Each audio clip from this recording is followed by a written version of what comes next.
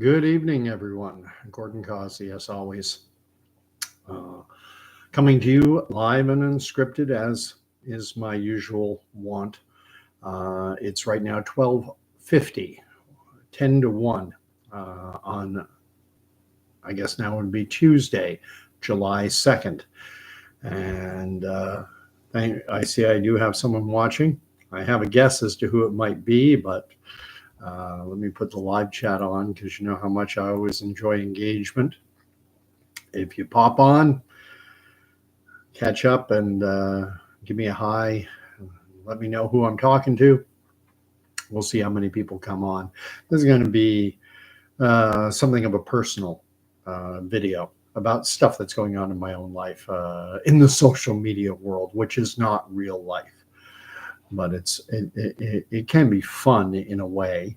I use my Facebook profile to publish my thoughts, views, opinions, ideas.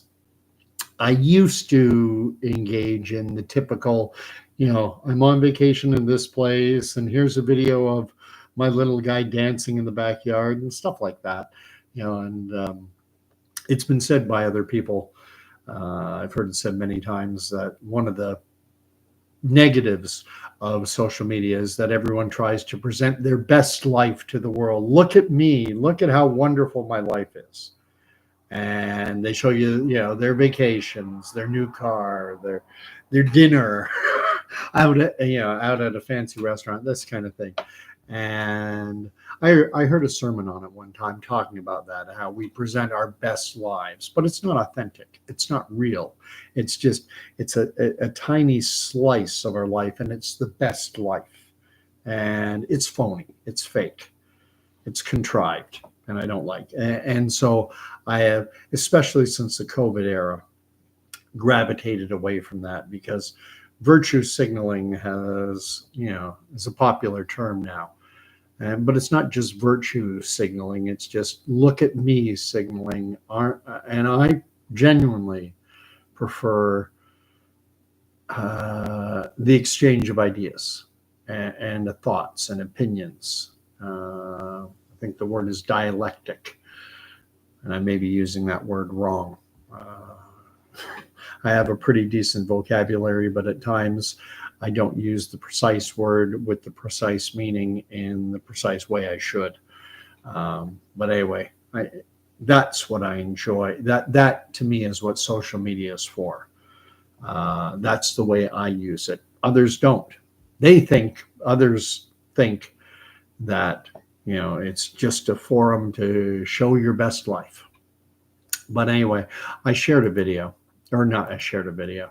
I put up a post on Facebook that has created something of a firestorm within my little network.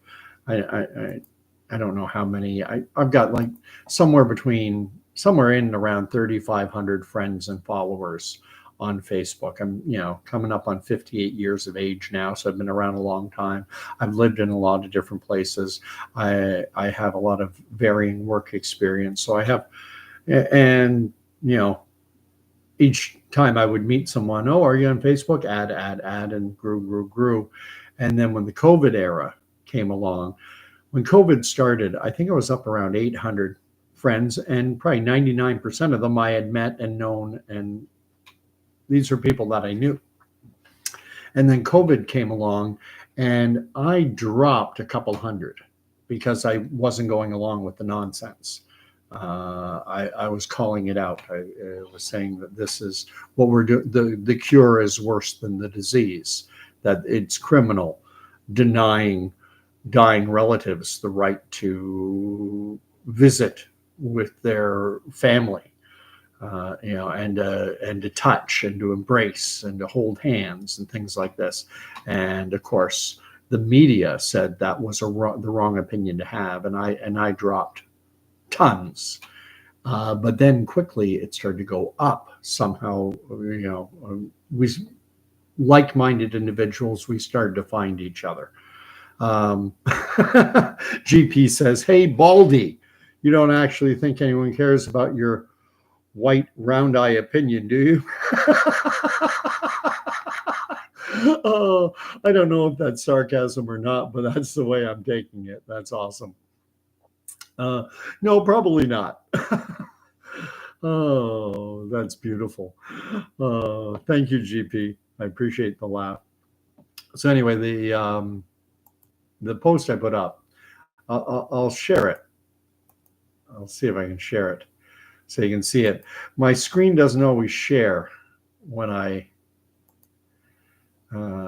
do this, but tell me in the comments if you can see what I'm sharing. Canada Day now has an alternative name: End of Pride Nonsense Day. If you're in a parade, put on some clothes. And if you look, you can see that has generated 100 over 110 reactions, likes, laughs, loves, and one of the hugging heart. There are 4 different reactions. It's been shared 25 times. It's been commented on 34, and it was actually higher, but I just one of my friends from high school, one of my Facebook friends from high school, a girl I actually knew from high school, she unfriended me and blocked me.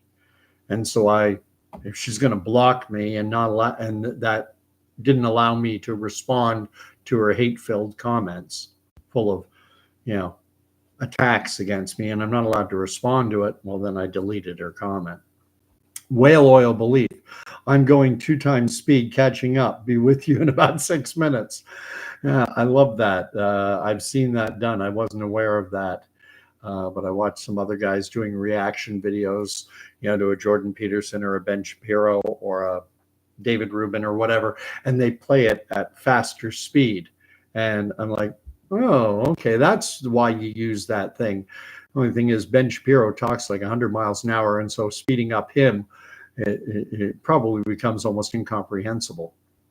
Anyway, some of the reactions to this, most of them were, as you can see, Robert wrote, Canada Day signifies the official end of Men in Dresses Month. Someone laughing. Sebastian Wright. Ivy, yes. Charlene, I wish New Brunswick still has summer celebrations planned. And this is a girl, Annette, that I went to high school with. And this is what started the firestorm. And Happy Pride. And she's got an old version of the pride flag that's out of date now, because the most recent updated flag has a circle in it that's supposed to signify something. Sharunian, have I been to Innisfil? That's up Barrie Way. I think I have. I probably have. I've been all over Ontario. And Tina Starry says hello. Hi, Tina. Anyway, it's in this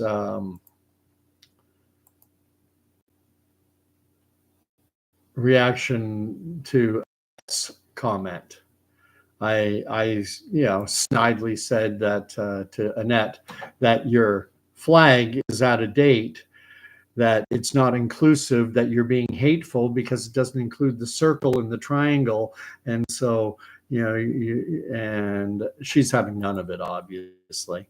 Annette's a girl I went to high school with. I know her, but she, put up this "love is love." And I consider these to be brainless little bromides, basically meaningless. They sound good. Love is love. What does that mean? Love is love. And I'm a long-winded guy, so I gave a thing about, as for love being love, English is a limited language. Ancient Greek is better. There are different kinds of love. There's the love that exists within families, not to be confused with the love that one has for a dog, or the love one has for nature, or the love one has for a spouse, or the love one has resulting from an erotic thought or ideation. But simple-minded people saying love is love, for simple-minded people, it's nice and easy, and it doesn't require any bothersome thinking. There's a little snide in my reply, and so things just degenerated from there. And Then I had another guy I went to high school with, David. I'm going to close this now. Stop the sharing. David got on my case and he called me a homophobe and hateful and pardon me, I'm going to swear, but I'm quoting David. He called me an asshole. And this is a guy I know from high school. He and his brother Stephen call me all these names, and it's like, what a world! What a world we live in. And am I homophobic? That's the title of this video. Am I a homophobe? We love these names. We love labels. Stick a label on someone. You disagree with their opinions. Justin Trudeau was famous for this. If you didn't want the vaccine, you were a racist and homophobic and misogynist. Love these big fancy labels, misogynist. You hate women because you didn't want to take an improperly tested and scrutinized vaccine. That makes you hateful of women. But it's guilt by association. People say, oh, well, I don't want to be called that. Okay, I'll get the vaccine. I'm not a homophobe. It's like, if you don't do it, you're a chicken. It's that kind of mentality. It's childish. Whale oil belief, says Tina Starry. Great analogy. Oh, what? Wait, that's something I brought up within this post. Tina brings up something I've talked about myself. What happens when pedophiles say love is love? And that is huge, because there is a community, there is a pedophile community, but they don't like the term pedophile because they consider it pejorative and negative. So they prefer to be referred to as MAPs or MAP. And that means minor attracted persons, people who are sexually attracted to children, pedophiles. And can we draw the line? Can we draw the line? If love is love, if you take things to their logical extension, if we continue on this progressive train that we're on, well, there are no limits. How can, if it's okay for a man and a woman to walk down the streets of Toronto, waving their junk around in front of children, because love is love. And if it's okay for a drag queen to gyrate in front of little kids, well, then where do you stop? Where is the limit? And there is none. And I've made the point many times that, if you told my grandfather that, we would reach a point in our society where men and women were walking down the streets of Toronto in a public parade, naked, in front of little kids, my grandfather would have said, that'll never happen. It'll never get that bad. It'll never go that far. And yet, 2024, here we are. And people will say now, well, pedophilia will never be normalized. Oh, don't count on it. It's coming. This is the road we are on. We're normalizing everything. And a lot of it is born out of the fact that everything is number one, we've abandoned God completely. Even forget, Christianity or Hinduism or Islam or, forget that. We've abandoned the concept that we are a creation, that we are not the creators. Now we are the creators. And we are gods. We are gods in our own eyes. And so whatever we see as right in our own eyes is fair game. And who are you to tell me that my behavior or my anything, my thoughts, my views, my opinions, they have to be given full exposure in the public sphere, just like anyone else's. And this is the road that we are on. In terms of homophobia, that's an interesting term, because phobia, if you look it up, many will have heard terms like, agoraphobia, which I think is the fear of open spaces, hydrophobia, fear of water. And I did a Google search on it, looked it up in Merriam-Webster and another location. And I would have, before looking up the definition, defined it as an irrational and debilitating fear, something that prevents you from doing things. Someone who's afraid of flying won't get onto a plane. Someone who's hydrophobic, afraid of the water, won't, go near a lake or a stream or a river or the ocean because they're just terrified. It's debilitating. That's how I would have defined it. And that lined up pretty much with what the textbook definitions are, irrational. I'm going to look it up. Let's just do a quick little search. I should have kept the page open, but come on, slow computer. Phobia definition. So here are the two definitions that I came up with. One said an extreme or irrational fear or aversion to something. He had a phobia about being underwater. Another one, the next one in Merriam-Webster was an exaggerated, usually inexplicable and illogical fear of a particular object, class of of objects, or situation. That's Merriam-Webster's. I'm just going to read what Whale Oil Belief Hooked says. When the TV is God, that God dictates matters. And that's what's happened in our world. Media. I mean, television was the primary vehicle for a long time. Now that's shifting, and now the focus has moved to our devices, a laptop, a tablet, our phones, whatever the case. That's become the primary God. And it's the one that pushes us in whichever direction. And the direction it's pushing us is further and further and further away from God. But I want to get back to homophobia. Am I homophobic? Do I have an irrational fear, an aversion to homosexuals? No. I've been in 10 or 12 community theater plays. I've been in Markham Little Theater, Oshawa Little Theater, Whitby Courthouse Theater, and Terrace Community Theater in Pickering, Ontario. Did plays in public school, did one in high school.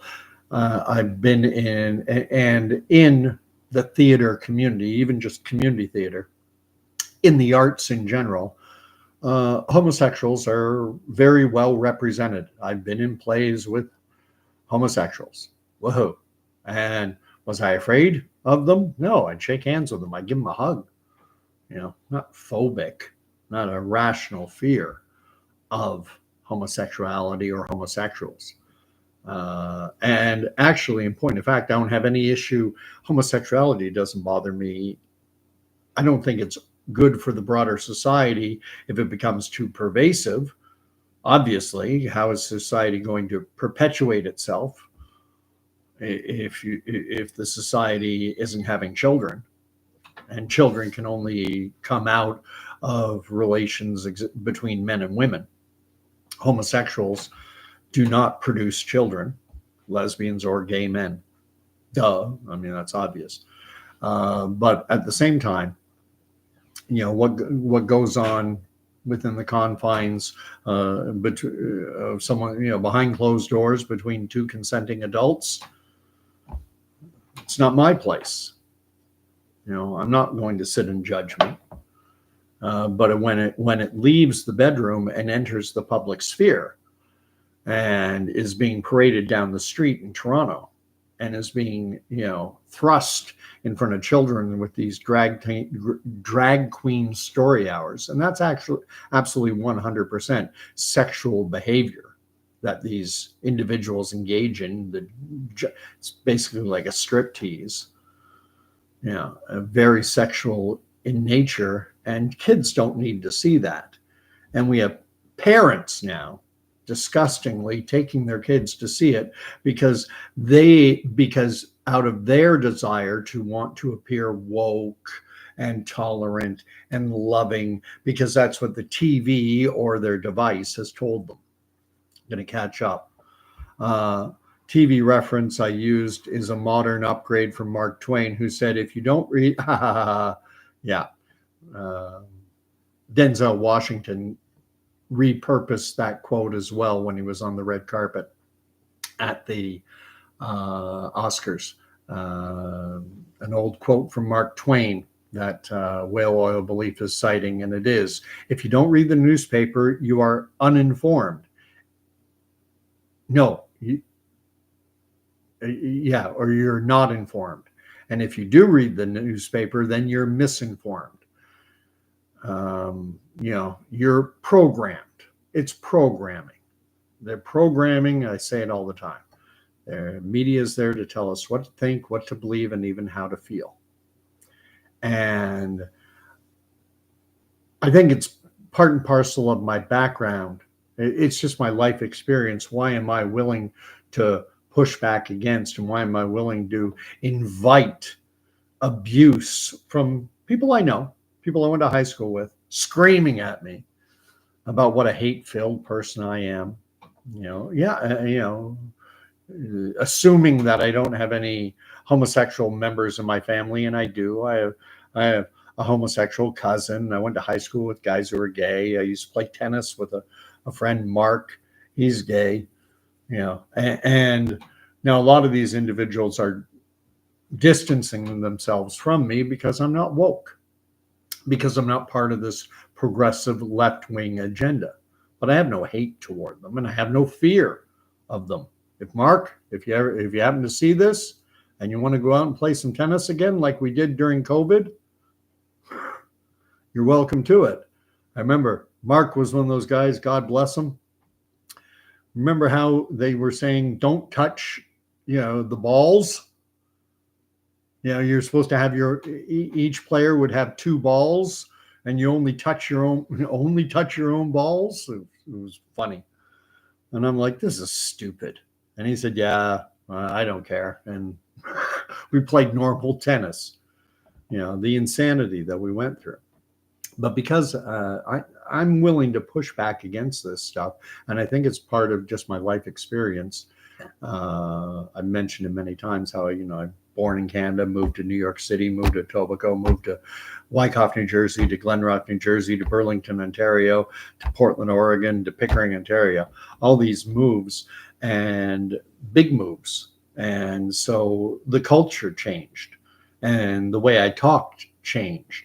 When I lived in New Jersey, my sneakers, I got the shoes I wore were my sneakers, and we moved to Canada, and they became my runners. And hey, you idiot, you don't know they're called runners. Then we moved to Portland, Oregon, and what had been my sneakers, and then my runners became my tennis shoes. And I became somewhat accustomed to being outside of the group think, and so I'm not uncomfortable with it. In fact, it's my normal. So when I see insanity going on and stupidity like COVID, lockdowns and distancing and all that other garbage, or forcing a vaccine on people, I've got no problem expressing my opinion and being loud about it and not worrying about people raining down on me. So what? Happened all my life. Whale oil. Okay, I read what you wrote. So, and the biggest issue I think that we have right now in today's world is that people are afraid to speak out against this, and this is why this agenda, and which will eventually lead us to, as as Tina says, this MAP crowd, the pedophiles. We're on a road that's going to see pedophilia normalized. Call that a prophetic warning if you want. We are on that road. And the only way it's going to stop is if good people will start speaking up and will start speaking out against this pride, LGBTQXLMNOP nonsense. There is one thing, though, and that is Jesus taught his disciples to look at the beam or the log in your own eye before pointing out the speck in your neighbor's eye. And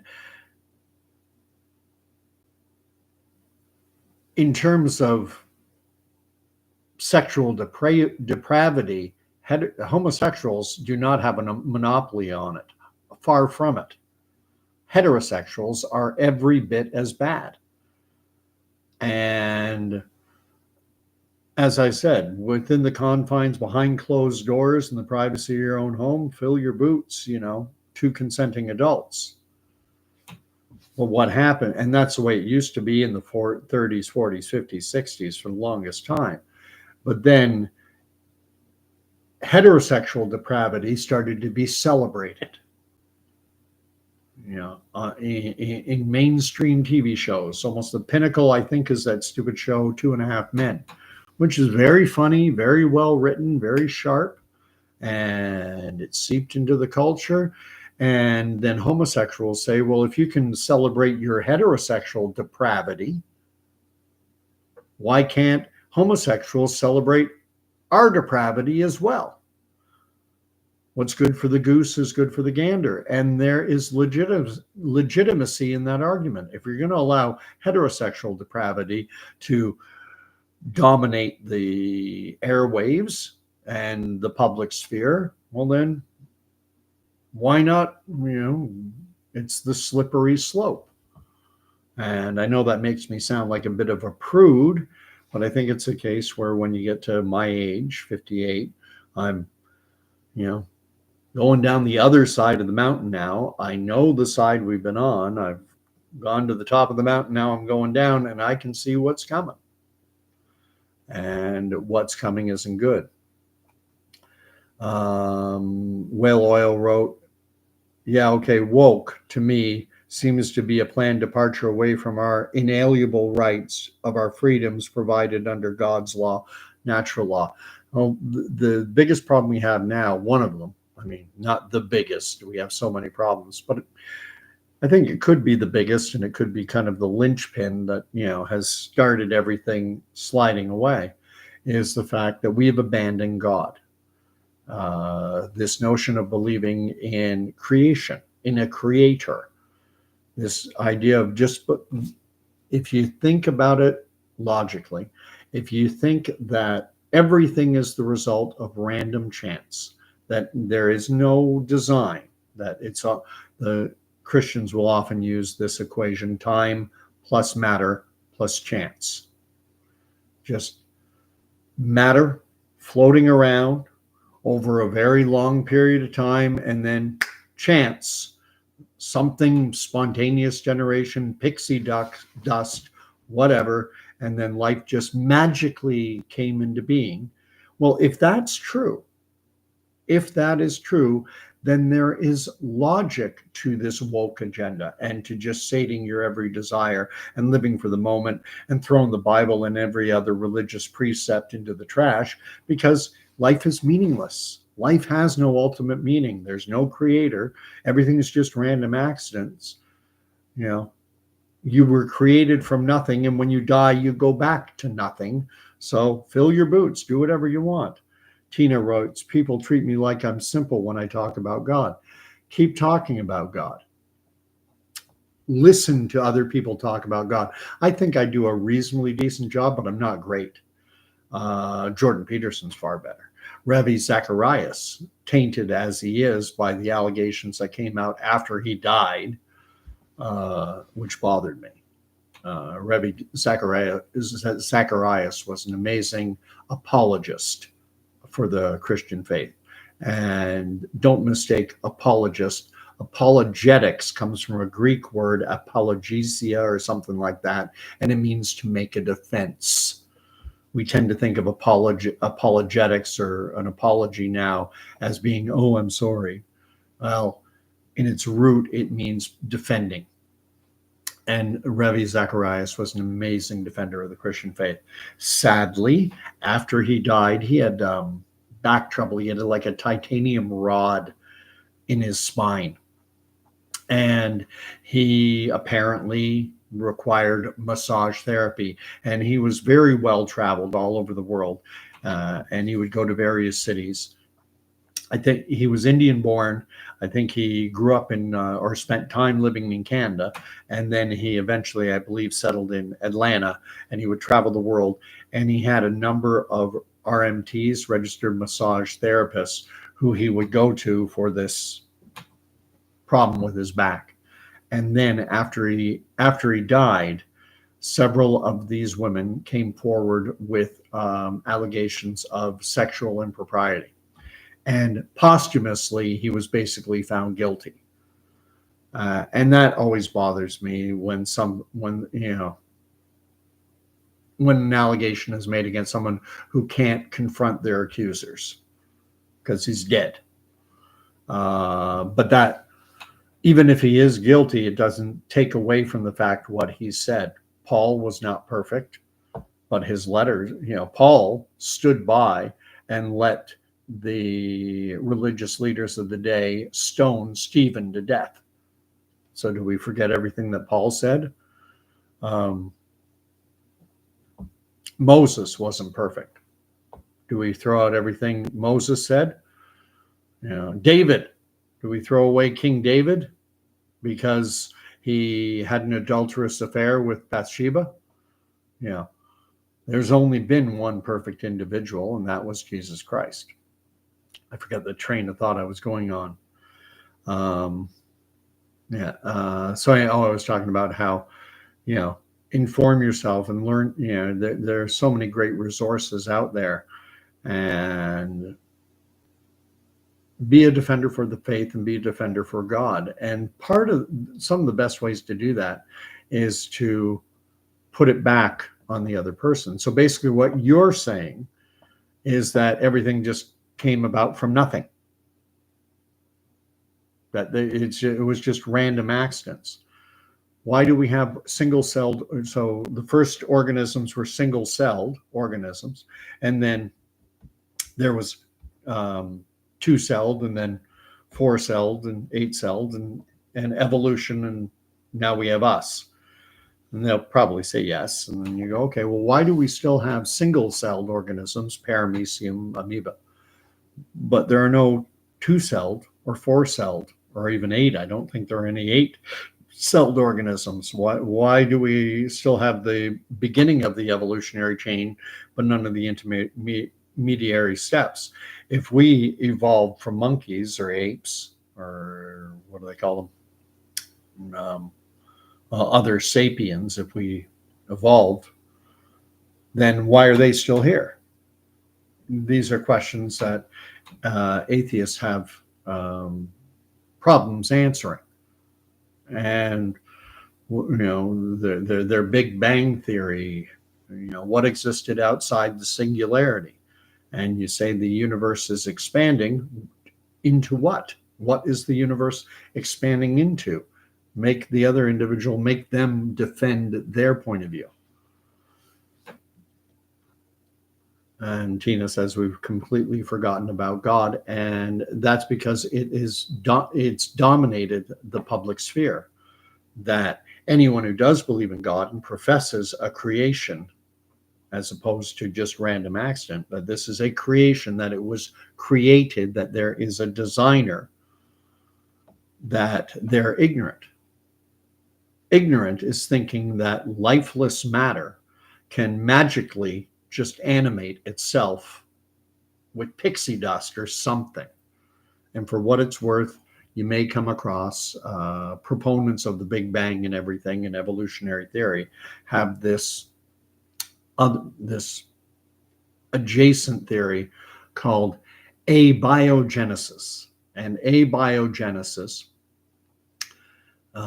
if you're agnostic, that means you are unsure. When you put a in front of something, it cancels it out. If you're a moral person, you have a moral grounding. If you're amoral, you have no morals. So abiogenesis means genesis, life, being formed without a life form starting it. And so this abiogenesis, I didn't describe that well enough, but it is what it is. There is a designer. He saved my soul truly. God bless, Tina. Yes, there is a God and there is a Savior, and his name is Jesus Christ. But, this abiogenesis, what they will tell you is that the conditions needed for lifeless matter to come to life, that it only existed during a specific time billions of years ago, and that the conditions needed for that to happen no longer exist. So they can't test for it because they've done tests, they've done experiments, they've done followed the scientific method and tried to prove that lifeless matter can come to life, and every experiment has failed. And it's led to the scientific conclusion that only life can create life. And that's a problem. If only life can create life, then there has to be a first mover beyond the Big Bang. There has to be a first mover beyond the singularity. And that first mover is God. If you watch my channel, anyone who's been on my channel before knows this is my favorite topic. You know, Moses going before the burning bush and saying, "What is your name?" You know, the God of Abraham, the God of Isaac, the God of Jacob. But when I go to the people, they're going to want to know who it is. What is your name? And Moses was looking to put, I believe, was looking to put God into a box. Moses had been brought up in the Egyptian court. He knew that Osiris was the god of the underworld, that Anubis was the god of this, that Ra was the god of the sun, that every god had their job. And so what's your name? So that I can put you into a box. And God just said, I am Yahweh. I am. I am that I am. I exist. I created the nature of reality. And I'm here because Jeremiah 29:11, because I love you, I want to give you a hope and a future, plans to, to benefit you, for your welfare, for your well-being. Yeah. And Tina writes, he is, and he is. So anyway, I've got to work tomorrow. So this is going to be a short one. I'm not going to do one tomorrow. I'm going to do a longer one on Wednesday night, and I'm going to script it out. I'm going to think about what I'm going to say. And I already have an idea about the topic. Going to be talking about lies, damn lies, and statistics, and how we are being manipulated so much in this world, and how to break free. And spoiler alert, get into the book. Whale oil, hooked. Without reference to scripture writings, but if we can accept that we are made in the image of God, our thoughts are of the survival of our species. Self-discernment and empirical science guides us. That's a lot. You put a lot in that little sentence, and there's a lot to unpack there. Our thoughts are the survival of our species. Not all. I would argue not always. Someone whose thoughts are centered around their next sexual conquest, if they're of a homosexual orientation, there's going to be no survival of the species from that ideation.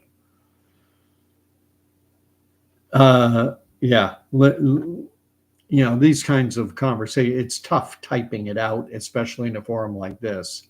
I get the sense of something far deeper that you're trying to convey, but it's hard. It's hard doing it just with a keyboard or your phone or whatever the case. It is big.